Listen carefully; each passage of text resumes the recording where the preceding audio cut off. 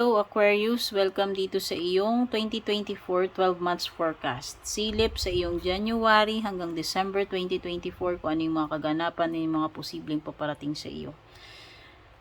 Aquarius, kung bago ka dito, don't forget to subscribe sa aking YouTube, like and follow na rin po yung aking Facebook, Instagram, and TikTok. Send ka lang ng private message sa aking FB page kung interesado ka mag-book about personal readings. At yung mga nag-aabang naman ng free readings, abang-abang kayo ng announcement, no? Madalas nag-a-announce ako ng mga free readings sa aking Facebook page. Ginagawa ko usually yung mga free readings ko kapag nagla-live ako sa Facebook, YouTube, TikTok, or Instagram. Aquarius, ibigay ko muna yung lucky day and lucky numbers mo for the year 2024. Ang lucky day mo, Wednesday, lucky numbers mo, 27, 10, 55, 17, 5, at saka 24.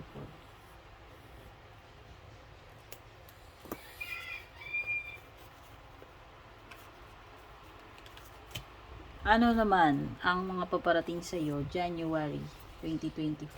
Tingnan na natin. Aquarius.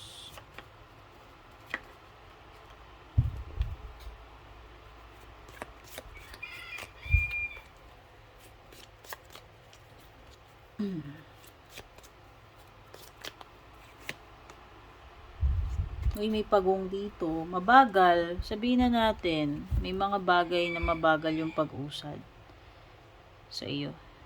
January 2024. Pero ang importante dyan, Aquarius, ay may pag-usad.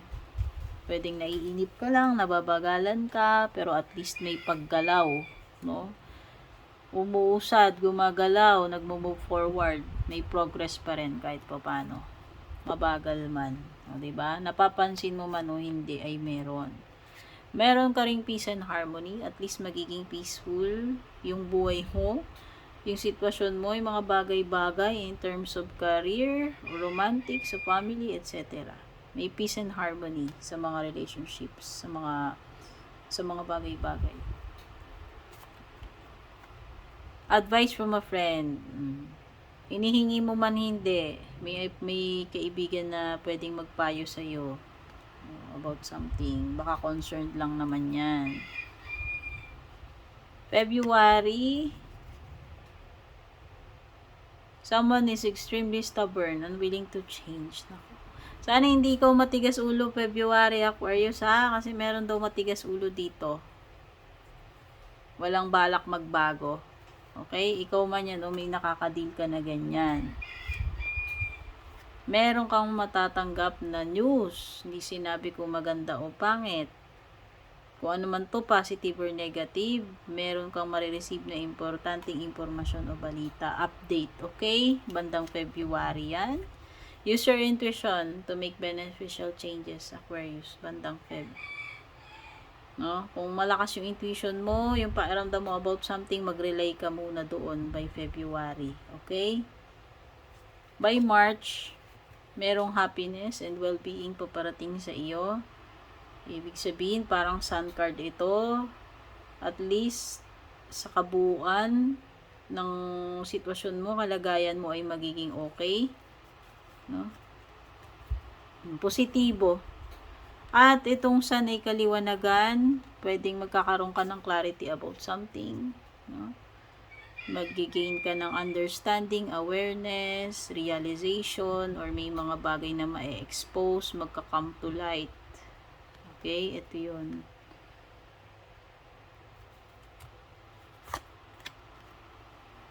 Wish will not be granted nga lang, Aquarius. Kung may wini-wish ka, no, by March, pwedeng hindi matupad yung wish na yan by March, no? Pero hindi naman ibig sabihin niya na, Aquarius, hindi na matutupad forever. Baka lang kasi may expectation ka na by March ay matupad, no? Ibig sabihin lang, pwedeng hindi siya matupad itong Marso ng 2024 mo, pwedeng sa ibang panahon, okay? So, wag pa rin mawala ng pag-asa. O, may mga unsuccessful plans din. O, diba? Kung ano man kung tina-target mo, March, tingin ko nga hindi matutupad. Hindi rin magiging successful yung mga pinaplano mo by March. Okay? Kumbaga, better luck next month or next time. Hindi siya sa March matutupad. Birth or conception of a child or enterprise by April. So, ayan, pwedeng kung buntis ka o buntis yung asawa mo, baka April may paparating na baby. Whether sa'yo yan, sa asawa mo, sa pamilya mo. Kung hindi man baby yung pinag-uusapan, may paparating na bago, kung ano man yan. May birth of an enterprise eh. Okay? Basta meron, may something na paparating bago. April yan. Time to get out of a situation, Aquarius. Kung pinaplano mo umalis sa isang sitwasyon, pinaka-perfect timing ay bandang April ng 2024. Okay, ha? Take note, ha? So, kung talagang gusto mo umalis dyan, gumawa ka na ng paraan by April. Meron ka ring tagahanga o romantic man ito o hindi, may nabibilib sa'yo, may nakikyutan sa'yo, nagkakakrush, natutuwa, nai-impress, nagagalingan, ayan, may nag-a-admire, romantic man o hindi. Okay, April, mafe-feel mo yan na may tagahanga ka.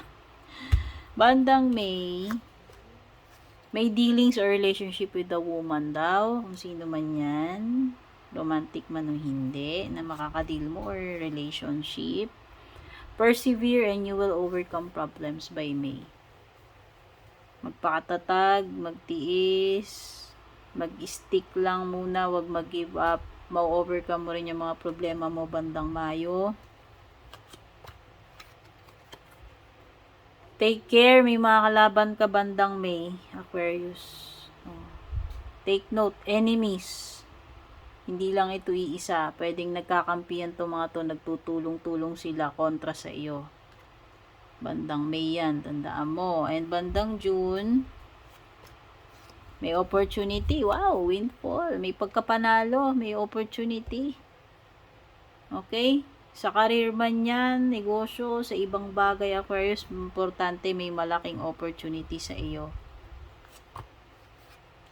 Meron ding dealing or relationship with an older woman. May edad. Pwedeng senior ito. Ayan, oh. Kita mo naman sa looks niya. Kung sino man yan. Makakadeal mo. Kamag-anak man yan. Hindi. Ano? Old woman. By June. At, uy, naku. Sana hindi naman masama to. Ayan. May sorrow eh. Family sorrow. Ikalulungkot ng family, ikakadalamhati ng pamilya, parang konektado siya sa older woman. Pwedeng lola, mother, basta may senior na babae. Sana naman hindi. Pero at least nakita natin, warning pa rin, no? Merong goal-oriented person, pwedeng ikaw to by July. So, pagdating ng July, very focused ka sa goals mo na ma-achieve mo yung mga yan. Very determined, no? Very active, determined, and very focused sa goal na ma-achieve. Do not back down from opposition. Show strength and fortitude. Wag na wag kang aatras, Aquarius, by July. Kahit na itong mga nakakaharap mo, difficult situation man yan o mga difficult na tao. Tao man, sitwasyon yung makakaharap mo, wag kang gi-give up, wag kang basta magre-retaliate o aatras. Okay? Bandang July, push lang. At ikaw ay makaka-achieve ng success. Bandang July, ayan, no? O, diba? Basta hindi ka umatras dito. Huwag kang panghinaan ng loob. Kasi may target mo, ayan, target. Sure na sure, may success sa iyo bandang July. Basta hindi ka umatras dyan, Aquarius. And bandang August, merong guaranteed success para sa iyo. O diba? Feel na yung success. July pa lang umaakyat ka na sa success. Andun na rin yung target mo.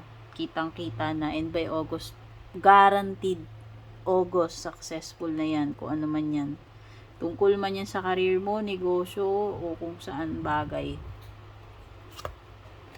At may mga pera paparating sa iyo. Wow! May success na, may pera pa. So, maganda. Very maswerte, very successful, positive yung August mo. Pagdating sa ibang bagay, successful ka. Pagdating sa pera, may mare-receive ka pang pera. Okay? Bandang August. Pero wina-warn ka na, bandang August, mag-prepare ka na daw about something na mga paparating na hindi mo ine-expect, at ito ay mga bagay na walang kasiguraduhan, alanganin na mga times. So, bandang August, kung may marireceive kang pera, kasi ayan, may marireceive ka, maganda magtabi ka na rin, mag-prepare ka. Kasi parang sinasabi sa iyo bandang August, mas maganda mag-prepare ka na, Aquarius, no? Mukhang may paparating sa September onwards ng 2024 mo, kaya August prepare ka na. 'Di ba? Sabi ko sa iyo, sabi ng cards mo, may marireceive ka ng pera and success sa August, pero winarningan ka magplan. Tignan mo, paghugot ko by September, may problema sa pera. Kaya wag kang maging one day millionaire, o wag magpakasasa muna. Kung may ma-receive ka ng August, itabi mo yung iba, kasi mukhang meron kang paggagamitan or magiging alanganin sa pera by September. Kaya itabi mo yung mga marireceive mo by August, no? Keep your life in balance. Balansehin, sa tingin ko, may kinalaman sa mga gastusin mo ito, kasi may financial pinch. Balansehin mo muna yung paggastos-gastos, Aquarius, no? Wag susobra, wag kukulang. Tandaan, yan yung pagbabalanse. At mukhang financial yung dapat mong balansehin na. Mula August hanggang September. At merong mga pleasure dito. Happiness, pleasure, enjoyment sa isang kaibigan. Bandang September yan. May bonding moment. October, masosolve mo naman na yung problem mo. Kaya kung financial yung naging problem mo noong September, masosolve mo for sure bandang October. Or kung meron ka mang ibang problema bukod sa financial, ay magiging positibo naman yung outcome. Magkakaroon ng successful outcome by October yan. At merong mga may person dito magpupush sa iyo, Aquarius. Kahit na ayaw mong gawin yung bagay, mapipilitan kang gawin dahil dito sa person na to. Ayan, mako-convince ka niya o mapoprovoke ka niya, mapipilit ka niyang gawin kahit ayaw mo, kung sino man niya. Napaka-persuasive, no? Kung sino man yung ma-encounter mo na yan by October. At yan, mukhang may mga trouble at accusations paparating sa iyo. Okay? So, may mga gulo-gulo, problema, may mga tipong ikaw yung idinidiin, pinagbibintangan, itunuturo by October. Bandang November, may aalis sa buhay mo kung sino man to. Romantic man, hindi. Businessman yan o kung ano, may aalis na person sa November, no? So, romance, celebration, and party. Okay. Kung may aalis na person sa'yo, hindi ko alam in a romantic sense. Pero meron ding binabanggit dito na celebration and party sa iyo. At may romantic chorba, diba? Positive man ito o hindi, yung may kinalaman sa romantic mo, basta may romantic something na mangyayari.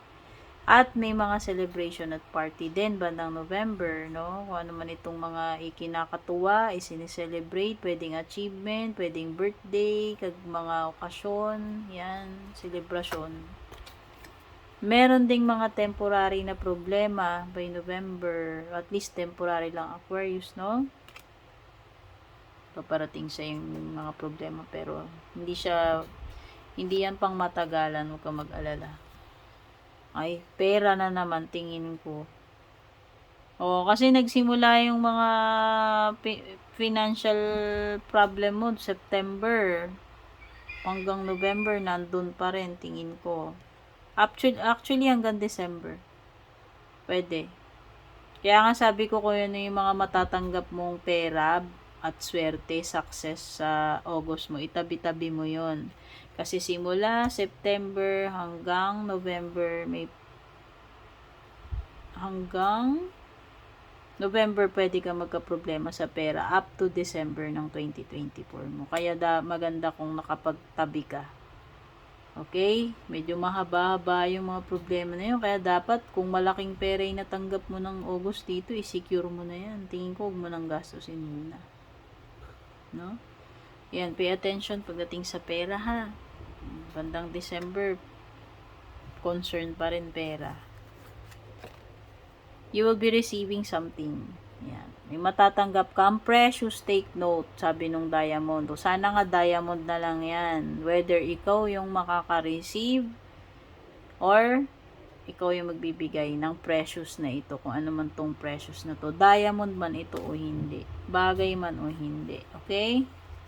At last card mo, you will be dealing with a younger woman. Relationship man daw o dealing with a younger woman. Hindi sinabing romantic. Walang specific. Okay? Basta, merong dealings or relationship, romantic man ito, hindi. Sa isang babae na mas bata sa iyo. Okay, Aquarius, ito yung mga nakuha ko mula January hanggang December ng 2024 mo. Don't forget to like and share. At kung magre-resonate sa iyo, kung magkakatotoo man, balikan mo kung mag-comment ka dito. I wish all the best. Aquarius, take care. God bless.